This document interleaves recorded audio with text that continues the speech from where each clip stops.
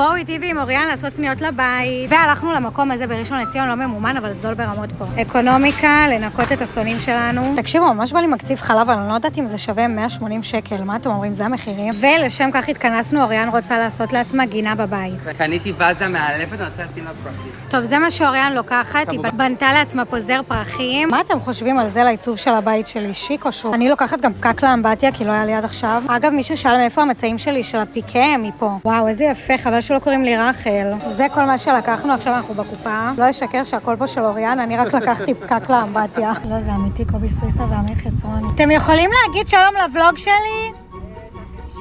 תחנה הבאה, מקסטוק. כוס קפה בשקל, חברים. יש כאן אג, כל מי שמחפשת בנות. איזה חמוד זה לבית, מה דעתכן? ממד מהמם. מי מוגן, מי פחות. אני גם לוקחת לי קליפס ב-2.90, ואני לוקחת כמה צנצנות וקליפסים לשיער. ותחנה האחרונה הולכות לאכול. ועכשיו התיישבנו לאכול, וזהו, זה סוף הוולוג שלנו, חברים.